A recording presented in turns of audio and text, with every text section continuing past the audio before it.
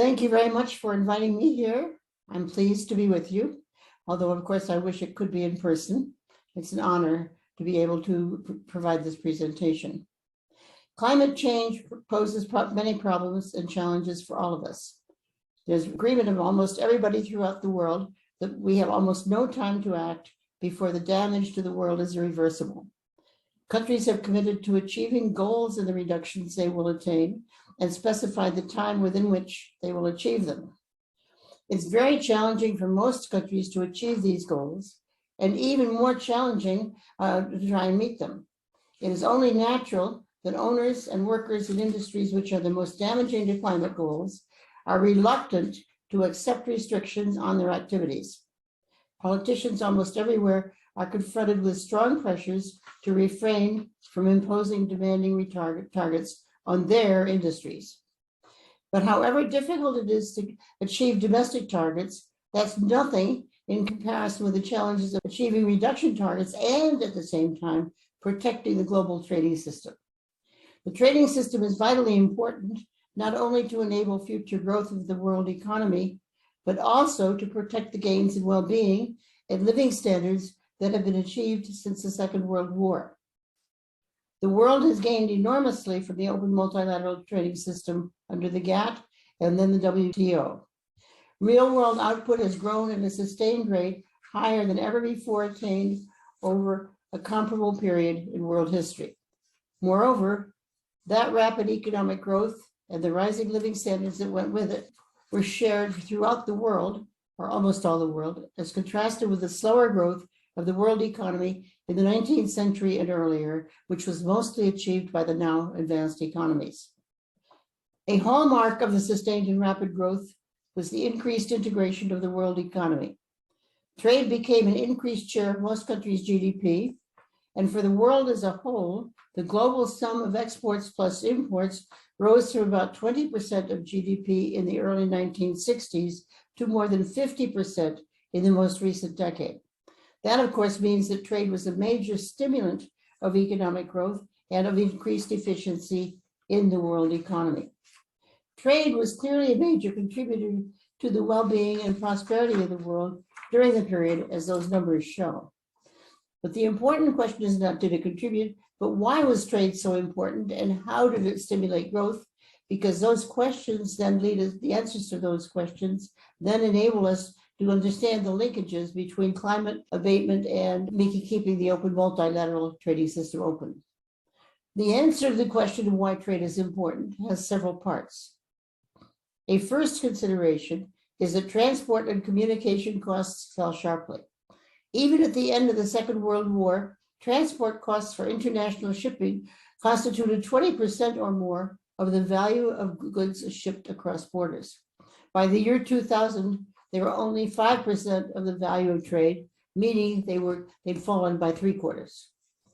Likewise, communications costs fell really precipitously, whereas the telephone, which was very expensive for intercontinental calls, and telegraph were the chief means of international communication in 1945, email and other technological innovations subsequently sharply reduced those costs.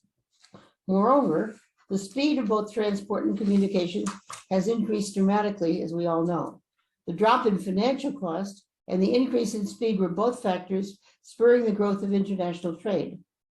That has made possible trade in many goods, which has earlier had to be produced close to the final market, and it increased the attractiveness of more reasonably priced and readily available goods that had earlier been available only with long time lags and high costs if they were imported. But rapidly falling time and monetary costs of transport and communications were only one of the factors spurring the growth of trade. Another major contributor was the liberalization and multilateralization of global trade. This took place through the WTO and when individual countries realized the benefits they would achieve and liberalized their own economies. Liberalization took the form of reduction or removal of quantitative restrictions on trade, as well as through tariff reductions. Prior to the Second World War, most countries had entered into bilateral trading arrangements, including even different tariff rates on the same good when it came from different countries, and treaties with their trading partners one by one. After 1945, the world trading system became increasingly open and multilateral. Instead of bilateral trading arrangements, countries joined the General Agreement on Tariffs and Trade, the GATT, after the war. Member countries agreed that they would keep their trading systems non-discriminatory among fellow GATT members, that in their courts they would extend equal treatment to foreign traders as to nationals, and that they would accede to GATT dispute procedures when disputes rose among countries. Furthermore, countries committed to opening and maintaining open trading systems. That meant that they could eschew quantitative restrictions and exchange controls on trade relations. The GATT was transformed into the World Trade Organization in 1994, increasing its scope over the trading arrangements. Its dispute settlement mechanism was strengthened, its purview over services was enhanced, and much more, and it has been a highly successful organization. In addition to the fundamental principles of the GATT and WTO as I described, the GATT Secretariat served as the coordinator of a series of multilateral tariff negotiations in which countries agreed to reduce their own tariff levels in exchange for comparable reductions in those of their trading partners, known as reciprocal trade agreements. There are a number of ways of estimating the average fall in tariffs around the world, and none is perfect. But it is a reasonable estimate that tariffs fell from an average of around 25% in the early post-war years to less than 5% in many advanced countries in the recent decade. By the 1990s, tariff rates even in developing countries were falling rapidly, and many of them had abandoned their initial protectionist stance in favor of more open policies. The result, of course, was their even more rapid growth than they had earlier. An average importer had to pay a tariff around 25% of transport costs and transport costs of around 20% on the average manufactured goods in the years around 1950. Altogether, a total cost of about 45 or 50% added to the cost that was received by the exporter of the good. The costs were closer to 5 and 10% respectively by the turn of the century. It is therefore a reasonable estimate that the average cost of shipping a typical good to another country fell from around 45 to 50% of its price in the exporter's market to 10 to 15% by the turn of the century, which means that exporters could either get more business because they had a lower price in the importing country, or because they got a higher price as the importers could afford to pay more for it. The greatly reduced cost of trading internationally resulting from trade liberalization and the GATT and falling transport costs contributed greatly to the rapid increase in the importance of trade to almost all economies, as it paid to trade more, and their price of the importing country was lower, with smaller price differentials between countries. The world economy was in a virtuous circle. Rapidly rising trade led to economic growth, which ensured that resources could move into the so-called new industries and activities with far less dislocation and hardship than would have been experienced if growth in trade and GDP had been much slower. Meanwhile, the ability to move to the new industries and activities enabled the rapid growth to be sustained and even to accelerate. So rapid growth led to more opening and more opening led to it, and that was the virtuous circle. However, unfortunately, that is not to say that there were no protectionist pressures.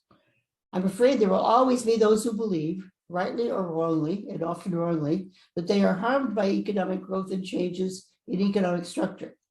Economic growth cannot take place at all satisfactorily without the movement of resources, both labor and capital, from old industries into new ones.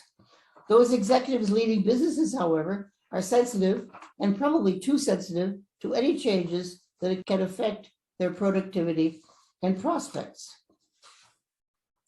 During the first 50 or so years after the Second World War, protectionist pressures were always there, even as the world was liberalizing and integrating. In the United States, for example, heavy pressure was brought to bear on politicians to provide protection for the textile, clothing, and footwear industries throughout the post-war period. Those industries were intensive in the use of unskilled labor, which was high cost, and made the industries inefficient as the productivity of workers in new industries rose, and therefore the real wages of American workers rose, which in turn meant that the cost of producing the unskilled labor goods rose, and therefore their markets would have shrunk in any event. Although there was some protection, the industries would in any event have declined. The workforce in those industries did gradually fall. The workers received training in new industries, and the US remained a highly open economy for a long time. Unfortunately, those in industries faring poorly seem always to claim foreign competition is the main source of their problems, and they plead for protection. Of course, sometimes foreign competition is, at least in part, a source of their difficulties. In most cases, though, other factors have contributed much, much more to the industry's difficulties. Again, in the United States, to use an example, the steel industry has sought protection almost continuously for many years, stating that imports of steel have harmed it. But while it is true that imports have increased, productivity in steel production has increased far more rapidly. It took only 1/10, 1 in 10 men in 2018 to produce a ton of steel as compared to the number that had been employed in 1980. In other words, steel production would have had to increase tenfold in order for steel employment to remain the same, even if there had been no imports. Since steel consumption rose far more modestly than productivity, the industry would have had to close inefficient plants and lay off workers, even if there had been no imports whatsoever. Of course, the US steel using industries would have had further harm in their export markets as they competed with foreign steel users who faced lower prices. Now, climate change produces the additional challenge, and I've been talking about trade because the climate change has important challenges for trade. Finding ways to meet those challenges and simultaneously preserving the open multilateral trading system to enable continuing economic growth is a major challenge. And the reason is straightforward. In all countries, ways must be found to reduce the carbon footprint and other damage to the environment resulting from various economic activities. Climate change is a global problem, and any one country that undertakes to mitigate its climate change will get only a fraction of the benefits that it generates, because much of it will spill over to other countries. And if they're not doing anything, the climate abating country will indeed lose out relative to those who are not, because climate damage will still be there and there'll be higher costs. Any one country that fails to mitigate its emissions can enable its environmentally damaging industries to gain competitive advantage over producers of similar goods in other countries where their incentives are, i.e. costs, are placed on producers to curtail their environmentally damaging activities. Most economists advocate taxation of emissions as a preferred way of inducing reduction in harmful emissions in the least costly way. The advantages of taxation are that those who are generating larger volume of toxic waste have more incentives to invest in environmentally friendly measures to reduce emissions, and the overall cost to the economy will be smaller than if quantitative ceilings are placed on activities, some of which, of course, are much higher cost than others. The problem arises because each country is choosing its own means of mitigating the environmental damage. Because of that, producers of a product using identical technologies in different countries may not experience the same cost increase, and producers in those countries with low or non-existent charges imposed on emitters will gain an unfair competitive cost advantage compared to their foreign rivals, and the generation of pollutants into the atmosphere may be even worse as a result. Although international trade does and should reward low-cost producers when they are most efficient, it should not reward, or worse yet encourage, production in countries with lower emission costs as contrasted with lower emissions, and hence probably higher rates of emission. Moreover, producers in countries where emissions are more heavily charged will inevitably seek protection, arguing that they are being penalized in international markets for doing more for the environment than their competitors. That argument will not only appeal to politicians when other countries are not seeing reductions in environmental damage, it will do worse in the sense that it will encourage other countries also to try and escape the taxes that could be so beneficial in reducing pollutants. Already, the European Union has decided that it will impose taxes on steel and other high pollution goods when they are imported from a low or zero tax country. In itself, that is a reason why exporting countries should be anxious to get their own carbon tax in place, because if they do not do it, the taxes may still be paid, but the benefits and the revenues for those taxes will go to the importing country rather than to the exporter, because they aren't imposing the tax which they should. Now, if the world had perfect techniques to measure emissions and all producers were subject to the same measurement techniques, it would be relatively straightforward to adopt border taxes that could compensate for the additional costs of environmental protection in an importing country and impose those taxes on imports. Even then, exports from a country with low emissions, because remedial measures have been taken in response to, would still be at a disadvantage when competing with goods produced in a lower tax country. In reality, we do not have perfect measures of emissions. There is therefore the additional problem that some, or maybe all, producers in a country with adequate emissions taxes may claim unfair competition from imports from other countries, whether that is the reason for their disadvantage or whether in fact the disadvantage is real, meaning a genuine high cost. Protectionist pressures are likely to intensify unless countries can agree on a coordinated global method for finding equal and fair taxes that appropriately give incentives to reduce emissions and at the same time do not penalize producers in higher tax and higher emissions countries. For the world as a whole, there are two aspects to finding solutions to these problems. The first is that there can be and there should be technological advances that enable reasonably accurate and reliable measurement techniques to assess rates of emission. If we have those reliable rates, then we can know how much to tax that's fair and equally the playing field so that they are both reducing emissions to the appropriate amount. Second is that an agreement should be reached among countries as to the ways in which costs of environmental amelioration are assessed. On the basis of that agreement, border tax adjustments could be made fairly for imports from low tax countries. To be sure, there would need to be means of ensuring that exporting countries were enforcing their environmental regulations. For countries with exports goods with above average environmental damage, i.e. they had very low or ineffective carbon taxes or no means of enforcing them, incentives would then be in place for domestic producers to accept mitigation measures. That there will be costs to reduce the environmental damage is widely recognized.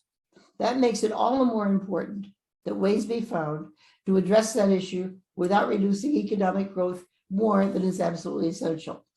Quite aside from the desirability of economic growth itself, the necessary changes in policy necessary to improve the environmental prospects will be far easier to undertake politically to achieve the desired result in the context of more healthy world growth for the entire planet. For countries such as Korea, the policy implications are several. First is the desirability of moving forward with economically efficient policies to incentivize producers to undertake appropriate emission standards. Delays will make the necessary changes more abrupt and disruptive and more costly. They will also invite border taxes on Korean goods to be exported to the EU and probably also elsewhere. Second is the need for constructive participation and perhaps a desirably even leadership in international fora where the environmental issues are under discussion. Achieving agreement on acceptable ways of reducing emissions is critical for all, but more so for exporters. Third and finally, across-the-board policies need to be adopted to encourage innovations and technical change that will enable production of goods with reduced negative impact on the environment. That might entail economy-wide incentives for reductions in emissions, but should not be those that are given only to some industries and not to others. Let producers for themselves decide which are the most efficient ways to go after cost reduction. The attainment of environmental goals is highly desirable and will be more costly the longer the delays and the slower the process. Sustaining the factors that induced such phenomenal growth of the international economy in the past is equally important. Such a healthy international trading system is crucial, focusing on measures to achieve the agreement on climate mitigation worldwide and without unwarranted protectionist pressures is clearly a central challenge. As I talk with you, the World Trade Organization is in its 12th ministerial meeting, and these issues are up for discussion. I hope that we see a vast step forward but I fear that not enough countries will undertake commitments to do those things which are necessary in order to achieve the results. Korea could and should take a leadership role as a major exporting country in the world. Thank you very much.